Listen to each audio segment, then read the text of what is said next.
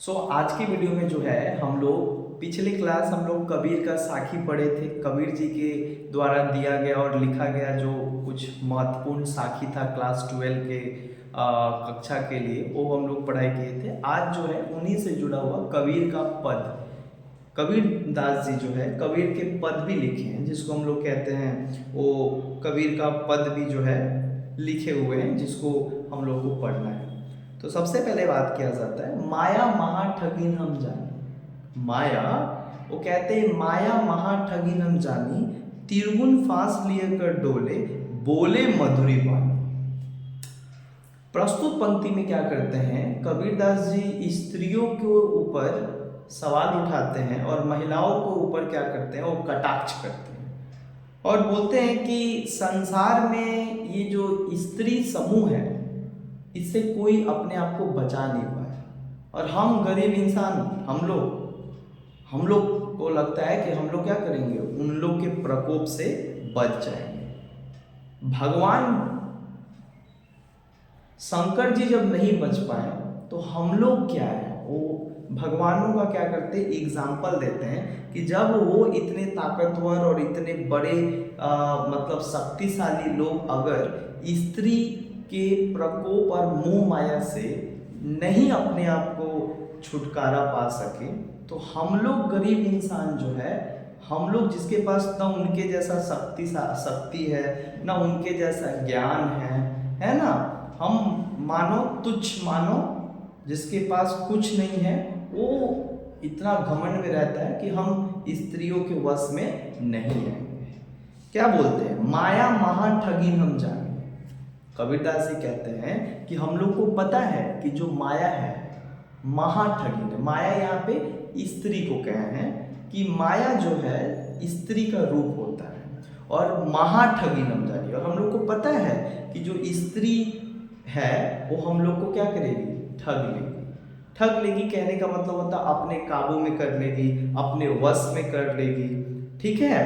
हाँ, हम माया महा ठगनी हम जानी। हम लोग को पता है कि जो स्त्री है वो बहुत क्या है, ठगनी है। वो अपने किसी भी चाल से जो है हमें अपने वश में कर सकती है, और हमको पता है, ये सब कुछ पता है कि स्त्री जो है एक माया का रूप है और उसका काम है लोगों को अपने वश में और अपने मीठे मीठे बातों से क्या करना, ठग लेना, उनको अपने वश में कर लेना। तिरगुन फांस लिए कर डोले, और जो स्त्री होते हैं वो लोग क्या करते हैं, अपने हाथों में 3 ठो फांसी का फंदा घुमाते हुए चलता है लोग, मतलब तिरगुन फांस लिए कर डोले। जो स्त्री है उनको कबीरदास जी बोलते हैं तिरगुन, उनके पास 3 तरीके का गुण होता है, और ये 3 गुण 3 तरीके का फांसी का गुण होता है, मतलब फंसाने का 3 ठो क्या है, उनके पास डोरी है। हाँ, तिरगुण, एक का नाम है रजोगुण, राजा का गुण दिखाकर तुमको क्या करेगी, ठग लेगी, पैसा वैसा शक्ति दिखाकर ठग लेगी। तमोगुण, तमोगुण का मतलब क्या होता है, बहला फुसला कर तुमको क्या कर लेगी, तुमको अपने वश में कर लेगी। और सतोगुण, सतोगुण का मतलब होता है मीठा मीठा बात करके जो है तुमको अपने वश में कर लेगी। तो ये 3 तरीके का फांसी का फंदा फांसी लिए कर डोले, और हर एक स्त्री के पास ये 3 गुण होता है, रजोगुण, सतोगुण, तमोगुण। राजा का शक्ति और पैसा दिखाकर, मोह माया के जरिए, और तीसरा मीठा मीठा बात करके, और बोले मधुर वाणी। और हर एक स्त्री का फितरत होता है, स्वभाव होता है मीठा बात करना, और जो इस स्वभाव के कब्जे में आ जाता है वो उनके वश में हो जाता है। उनका फितरत है मीठा मीठा बात करना, और उस मीठे मीठे बात को जो लोग ज़्यादा मीठा मीठा बात उन लोग को भा जाता है, वो स्त्रियों के क्या हो जाते हैं, वश में हो जाते हैं। फिर बोलते कि देखो भैया ऐसा बात हम इसलिए बोल रहे हैं, इसका उदाहरण बताते हैं। बोलते इतना बड़ा जो हम आरोप लगा रहे हैं और स्त्रियों को कह रहे हैं कि स्त्री एक माया का स्वरूप है, एक डिस्ट्रक्शन है ना, डिस्ट्रैक्शन है, तो ये इतना बात इसलिए कह रहे हैं क्योंकि उसका वो एक तर्क दे रहे हैं। क्या तर्क दे रहे हैं, केशव के कौला हुई बैठी, वो बोलते हैं कि भगवान विष्णु के घर में भी जो है माया का स्वरूप उनकी पत्नी लक्ष्मी बैठी हुई है। विष्णु जी अपने चक्र से जो है पूरे संसार को क्या करते हैं, डरा कर रखते हैं, है ना। पूरा संसार जो उनके बातों को मानता है, लेकिन उनको भी अपनी पत्नी लक्ष्मी जी का बात सुनना पड़ता है और मानना पड़ता है। मतलब वो भी जो है अपने पत्नी और अपने आंतरिक मामले में जो है स्वतंत्र नहीं है, उनको भी पत्नी का बात मानना पड़ता है और जो लक्ष्मी जी कहे उसको नकार नहीं सकती हैं, नहीं सकते हैं, क्योंकि वो भी उनके भी घर में जो है एक माया, मतलब विष्णु जी को भी नियंत्रण में रखने वाला एक क्या है, उनकी माया स्वरूप उनकी पत्नी यानी लक्ष्मी जी है। यानी विष्णु जी के घर में भी क्या है, एक स्त्री है लक्ष्मी, जो विष्णु जी को क्या करती हैं, नियंत्रित करती हैं, है ना, अपने वश में रखती हैं। शिव के भवन भवानी, देव के देव महादेव शंकर, है ना, महादेव यानी शिव जी के घर में भी तो माया का स्वरूप पार्वती जी हैं। जब शिव जी गणेश जी को मार दिए थे तो पार्वती जी पूरा पाताल लोक को उठा ली थी, है ना, पूरा सारे देवी देवता परेशान हो गए थे और शिव जी भी परेशान हो गए थे। तो ये बताता है कि शिव जी, जिनको देव का देव कहा जाता है, सर्वशक्तिमान कहा जाता है, हर दुख को हरने वाला और विष को पीने वाला कहा जाता है, वो इतना बड़े सर्वशक्तिमान देवता भी एक अपनी पत्नी पार्वती के बातों को मानना पड़ता है और पार्वती के कहे अनुसार चलना पड़ता है। तो ये दिखाता है कि उनके घर में भी माया का स्वरूप कौन है, पार्वती जी। पंडा के मूर्त हुई बैठी, और जो लोग पंडित होते हैं, है ना, उनके पंडित जो है कहीं पे भी जाकर क्या करते हैं, पूजा पाठ करते हैं, और सारे जिसके पास पैसा हो चाहे शक्ति है सब उनका पैर छूते हैं।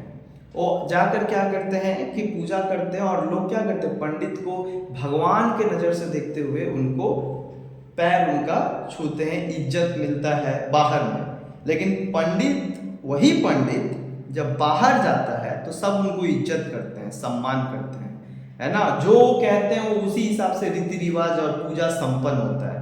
लेकिन जब वो घर आते हैं तो उनके घर में भी पंडिताइन यानी मूर्ति का स्वरूप पंडिताइन बैठी हुई है, और जहाँ पे वो मूर्ति पंडित के लिए क्या होता है, एक माया का स्वरूप होता है ना, जो उस पंडित को अपने वश में रखता है ना।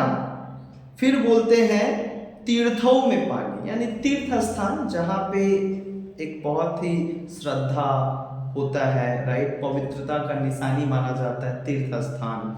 तो वहाँ पे बहुत सारे पंडित जो है उस तीर्थ स्थान के इर्द गिर्द घूमते हैं, क्योंकि वो तीर्थ स्थान ही उनके लिए क्या है, माया का स्वरूप। ठीक है, वे लोग अपने आप को अलग नहीं कर पाते तीर्थ स्थान से, क्योंकि वही उन्हीं से उनका रोजी रोटी चलता है। जोगी के जोगनी हुई बैठी, जोगी मतलब जो क्या है, योगी है, यानी जो व्यक्ति अपने आप को योगी कहता है वो दुनिया को ज्ञान बांट सकता है, राइट, वो स्वतंत्र बात करता है। लेकिन जब वो घर पे आता है तो जोगनी हुई बैठी, मतलब योगी के जो पत्नी है वो भी जो है योगी को पत्नी का अपना क्या करना पड़ता है, बात मानना पड़ता है। यानी योगी कितना भी शक्तिशाली हो, कितना भी ज्ञानी हो, वो जब घर में आता है योगी, तो उस घर में उसकी पत्नी यानी जोगनी का ही चलता है, योगिनी का ही चलता है। और योगी वहाँ पे अपना ज्ञान और अपना शक्ति नहीं दिखा सकता, क्योंकि वो अपने घर में जोगनी के वश में होता है, वो माया का स्वरूप उसके लिए है। राजा के घर रानी, अच्छा राजा के घर, अब अकबर इतना बड़ा राजा था लेकिन उसकी रानी बेगम साहिबा, है ना, था बेगम साहिबा थी, तो बेगम साहिबा का बात अकबर कभी टालता नहीं था। यानी राजा आप राज्य के हो सकते, राज्य के लिए आप कुछ भी डिसीजन ले रहे हैं, लेकिन घर में जो है जो जोधा है उसका बात को क्या है, अकबर को भी सुनना पड़ता है, अकबर उसके अगेंस्ट नहीं जा सकती। यानी राजा के घर में भी जो है एक रानी बैठी हुई है, जो उसके ऊपर नियंत्रण रखती है। यानी राजा के घर रानी, यानी रानी हो गई माया का स्वरूप राजा के लिए। राजा रानी का बात कभी टाल नहीं सकता। फिर बोलते काहू के हीरा हो बैठी काहू के कौड़ी का। काहू के हीरा यानी जो व्यापारी होते हैं, जो हीरे का व्यापारी होते हैं, उनके घर में भी जो उनकी पत्नी है उनका ही चलता है उनके ऊपर। अब मुकेश अंबानी दुनिया का और भारत का बहुत अमीर इंसान है, लेकिन मुकेश अंबानी भी जो है अपनी पत्नी नीता अंबानी के बातों को मानना पड़ता है और उनके जो है वो बस में रहती है, बस में रहना पड़ता है। तो वही बोलते हैं चाहे आप कितने भी बड़े व्यापारी हो जाए, है ना, कितने भी बड़े हीरे के व्यापारी हो जाए, अमीर व्यापारी हो जाए, आपके घर में भी आपको कोई आपके ऊपर कंट्रोल करने और नियंत्रण करने वाला है माया का स्वरूप। और वो कौन है? वो आपकी पत्नी। और काहू के कौड़ी कानी, और जो आम इंसान होते हैं उनके घर में भी क्या है? पति चाहे कितना भी बाहर उसको रिस्पेक्ट मिले, वो काम करके आता है ना, लेकिन जैसे वो घर में आता है तो घर में किसका बात चलता है? पत्नी का, है ना। हम अपना घर पे भी देखते हैं, मम्मी पापा में पापा ही कमा के लाते हैं, लेकिन पैसा किसके पास होता है? मम्मी के पास। या और पापा को भी कहीं अगर खर्चा लग जाए तो उनके पास पैसा नहीं होता, वो मांगना पड़ता है। तो क्या वहां पे भी माया का स्वरूप कौन है? पत्नी उनकी। भक्ता के भक्ति हो बैठी, जो भक्त होता है, एक बहुत बड़ा भक्त है हनुमान जी का, शंकर जी का, वो शंकर जी के भक्ति में लीन होता है, उसको कोई नहीं जगा सकता है। लेकिन उस शंकर जी की भक्ति में अगर कोई उसको नियंत्रित कर सकता है और जगा सकता है, भटका सकता है और अपने बस में कर सकता है, तो उसकी पत्नी यानी भक्ति, है ना। ब्रह्मा के ब्राह्मणी, अगर क्या है, अगर कोई ब्रह्मा के ब्राह्मणी, तो यहाँ पे बताया जा रहा है कि अगर कोई शौहर है मुस्लिम समाज में और उसकी जो बेगम साहिबा है, शौहर चाहे कितना भी बाहर में उड़ ले, घर में आकर जो है उसको बेगम का बात मानना ही पड़ता है ना। कहे कबीर सुनो भाई साधु, ये सब अकथ कहानी। इतना सारा कुछ बताते हुए कबीरदास जी कहते हैं ये सब अकथ कहानी है, बेकार का कहानी है, बेफुजुल का कहानी है, इन सब चीज़ों के ऊपर जो है ध्यान मत देना। अब बात आता है कि जब इतना वो सिद्ध कर रहे हैं, तर्क दे रहे हैं, तो अचानक लास्ट में वो ऐसा बात क्यों कहते हैं कि नहीं ये सब बेकार का कहानी है, बेफुजुल का कहानी है, स्त्री का रूप माया, मतलब स्त्री माया का रूप नहीं होती है।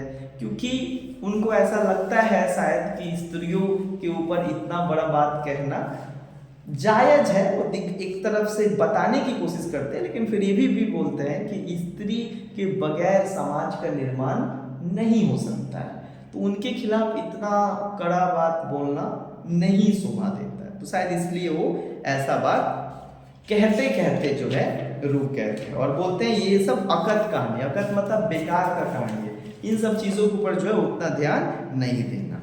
अच्छा, लास्ट क्या बोलते हैं? बोलते खीर खाड घृत पिंड सवार, प्राण गए बाहरी जा रहा।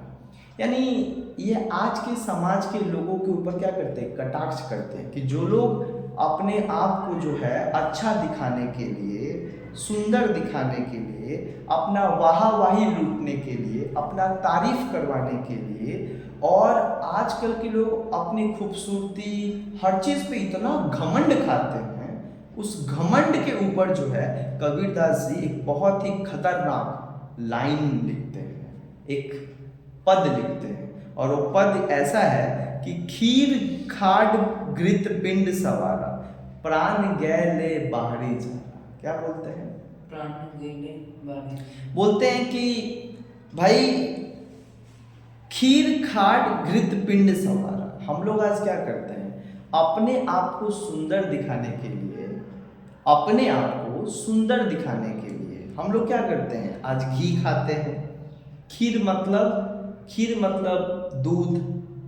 घाट मतलब क्या होता है? घाट मतलब क्या होता है?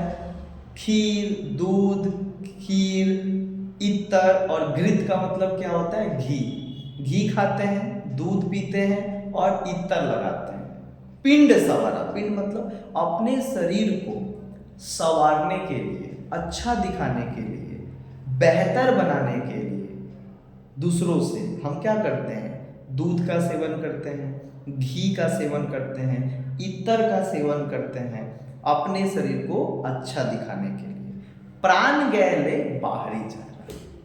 लेकिन जैसे ही वही व्यक्ति जो जीते जी अपने शरीर को अच्छा दिखाने के लिए दूध घी इत्र लगाता था, लेकिन मरने के बाद वही इंसान को बाहर ले जाकर जला दिया जाता था। एक सेकंड भी अब उसको घर पे नहीं रखा जाता था। मतलब जीते जी जो इसको इतना घमंड था और इतना ये सब कुछ सेवन करता था, मरने के बाद कुछ चीज का सेवन नहीं हुआ, उसको बाहर ले जाकर क्या किया गया, जला दिया गया।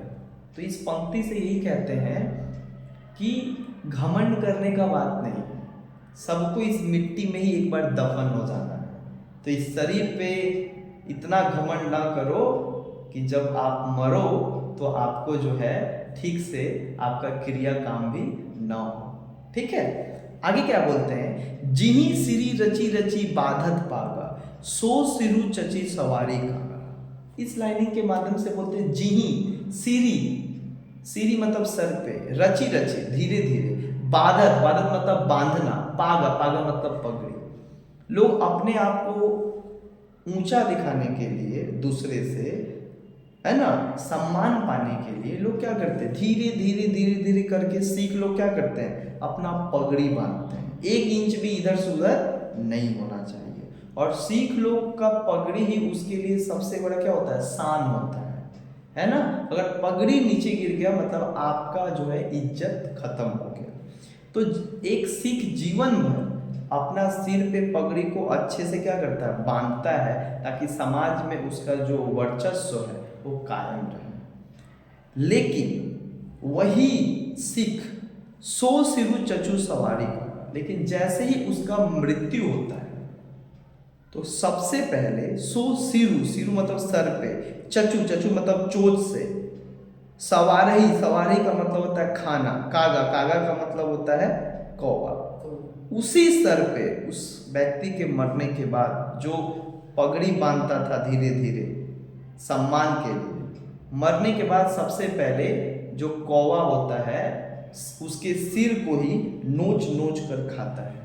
यानी मरने के बाद लोग आपको पूछते नहीं, चील कौवे आकर खाते हैं। तो जीते जी इतना ज़्यादा घमंड ना करो कि मरने के बाद चील कौवा आपको खाए। रियलिटी बताते हैं कि जीवन में हम लोग जितना ज़्यादा सम्मान प्रतिष्ठा के लिए लड़ाई कर रहे हैं, हालांकि मरने के बाद इसका कोई पूछता नहीं, सबको उसी तरीके से जाना है। फिर क्या बोलते हैं, हाड जरे जैसे लकड़ी जुड़ी। आज इंसान क्या करता है, अपने हड्डी को मजबूत करने के लिए कसरत करता है, योगा करता है, जिम करता है और बहुत सारा सप्लीमेंट लेता है ताकि अपने हड्डी को जो है मसल को मजबूत करके रखें। हार्ड जरे जैसे लकड़ी, और कोई कोई तो इसलिए मजबूत रखता है दूसरा को दिखा सके कि हमसे लगेगा तो देख लो शरीर, मारेंगे तो कहाँ जाएगा पता नहीं चलेगा। तो हार्ड जरे जैसे लकड़ी जोड़ी। लेकिन एक व्यक्ति जो अपने शरीर और अपने हड्डी को मजबूत करने के लिए जीवन भर उसके ऊपर काम किया, मरने के बाद सबसे पहले जो उसका हड्डी है लकड़ी की तरह झुरी, यानी लकड़ी की तरह, सूखा लकड़ी की तरह पट पट पट पट करके क्या होता है, जल जाता है। मतलब तुम जिसके ऊपर घमंड करते थे वो सबसे पहले पट पट करके सूखा लकड़ी की तरह जल जाता है, कोई अहमियत नहीं। केस जरे जैसे त्रिनके कुड़ी। आज इंसान क्या करता है, केस पे कितना पैसा खर्चा करता है, बाल पे कितना पैसा खर्चा करता है, 600 रुपया 800 रुपया, ई तो वो करवाता है।